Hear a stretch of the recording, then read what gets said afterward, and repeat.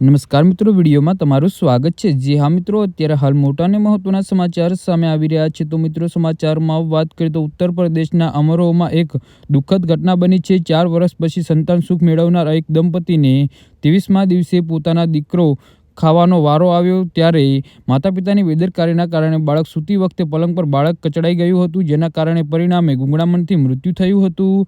આ ઘટનાથી પરિવાર અને આખા ગામમાં શોકનો માહોલ છવાઈ ગયો છે। જી હા મિત્રો, અત્યારે હાલ મોટા અને મહત્વના સમાચાર સામે આવી રહ્યા છે। ગજરોલા પોલીસ સ્ટેશન વિસ્તારના હેઠળના સિહાલી જાગીર ગામના એક દંપતીએ તેમના 23 દિવસના શિશુને મોત થયું છે। આ ઘટના ગયા રવિવારે રાત્રે બની હતી। બાળકના માતા પિતાનું પલંગ પર કચડાઈને ગુંગળામણથી મૃત્યુ થયું છે।